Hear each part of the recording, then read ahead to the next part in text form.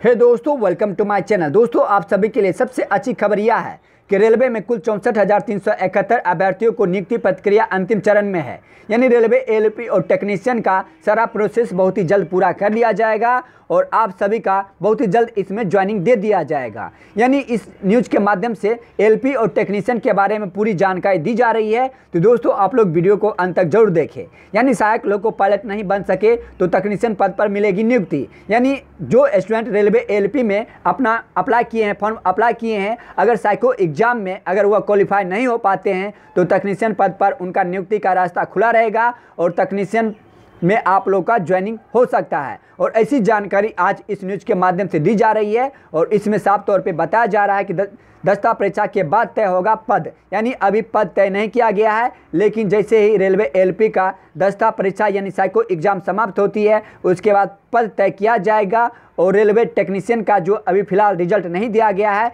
लेकिन railway LP का psycho exam होने के बाद रेलवे एलपी और टेक्नीशियन का सारा प्रोसेस पूरा कर लिया जाएगा। और ठीक इसी प्रकार उसी वक्त जब साइको एग्जाम समाप्त होगी तो टेक्नीशियन का भी रिजल्ट दे दिया जाएगा। यानी रेलवे में सहायक लोको पायलट पद पर दस्ता परीक्षा के लिए चयनित अभ्यर्थी अगर इस टेस्ट में फेल भी हो जाते हैं तो उसके लिए टेक्नीशियन वर्ग की नियुक्ति का विकल्प खुला रहेगा। हालांकि इसके लिए उन्हें मेरिट में स्थान बनाना होगा। रेलवे में कुल 64,371 पद के लिए नियुक्ति प्रक्रिया अंतिम चरण में है। रेलवे भर्ती बोर्ड ने 27,795 सहायक लोको पायलट पद तथा 36,576 टेक्नीशियन पद के लिए मुख्य लिखित परीक्षा 21 से 23 जनवरी को आयोजित की गई थी। इसमें से सहायक लोको पायलट का परिणाम 2 दिन पूर्व जारी किया जा चुका है। एक पद पर 8 गुना अनुपात की सूची में स्थान पाने वाले सहायक लोको पायलट अभ्यर्थी की दस्ता परीक्षा 16 अप्रैल को होगी।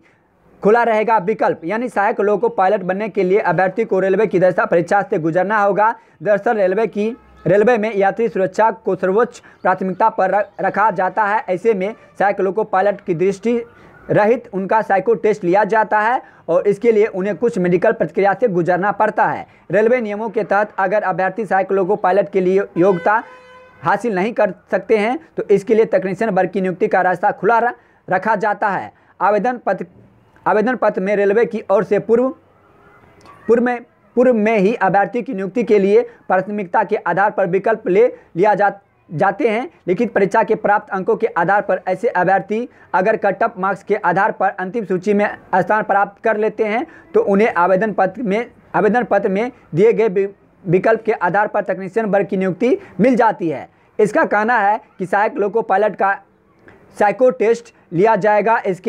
इसमें अभ्यर्थी के नेत्र दृष्टि सहायक सहित एक तरह से साइको टेस्ट भी होता है। अगर किसी वजह से अभ्यर्थी इस टेस्ट में सफल नहीं हो पाते हैं तो उन्हें लिखित परीक्षा की फाइनल कट ऑफ मार्क्स के आधार पर योग्यता हासिल करने पर टेक्नीशियन वर्ग में नियुक्ति दी जाती है। दस्ता परीक्षा में के बाद सहायक लोको पायलट और टेक्नीशियन वर्ग का अंतिम परिणाम जारी किया जाएगा। यानी रेलवे एलपी का जो 16 अप्रैल को साइको एग्जाम है उसके बाद रेलवे टेक्नीशियन का भी अंतिम परिणाम जारी किया जाएगा। यानी दोस्तों, रेलवे जो टेक्नीशियन का अभी फिलहाल रिजल्ट नहीं जारी किया गया है, लेकिन रेलवे एलपी का साइको एग्जाम होने के बाद रिजल्ट जारी कर दिया जाएगा। खुला रहेगा विकल्प। यानी सहायक लोको पायलट बनने के लिए अभ्यर्थी को रेलवे की दस्ता परीक्षा से गुजरना होगा। दरअसल रेलवे में यात्री सुरक्षा को सर्वोच्च प्राथमिकता पर रखा जाता है। यानी दोस्तों, सारा बात वही है जो आप लोगों को हमने जानकारी दिया है। यानी दोस्तों, रेलवे एलपी और टेक्नीशियन का सारा प्रोसेस बहुत ही जल्द पूरा कर लिया जाएगा और बहुत ही जल्द आप सभी का इसमें ज्वाइनिंग भी दे दिया जाएगा और इसका प्रोसेस बहुत ही तेज़ी से पूरा किया जाएगा और ऐसी जानकारी दी जा रही है। और टेक्नीशियन वाले स्टूडेंट जो भी हैं, चाहे पीसीएम वाले या आईटीआई वाले या किसी और सब्जेक्ट से जो टेक्नीशियन या लोको पायलट में फॉर्म फिलअप किए हैं, तो आप श्योर हो जाएं कि टेक्नीशियन का रिजल्ट साइको एग्जाम होने के बाद और एक ही साथ लोको पायलट और टेक्नीशियन का दोनों का एक ही साथ फाइनल रिजल्ट निकाला जाएगा। तो दोस्तों, यह थी कुछ इंपॉर्टेंट जानकारी। अगर अभी भी आपके मन में कोई सवाल हो तो आप लोग हमें कमेंट करके ज़रूर पूछें। तो दोस्तों, तब तक के लिए thank you watching for video.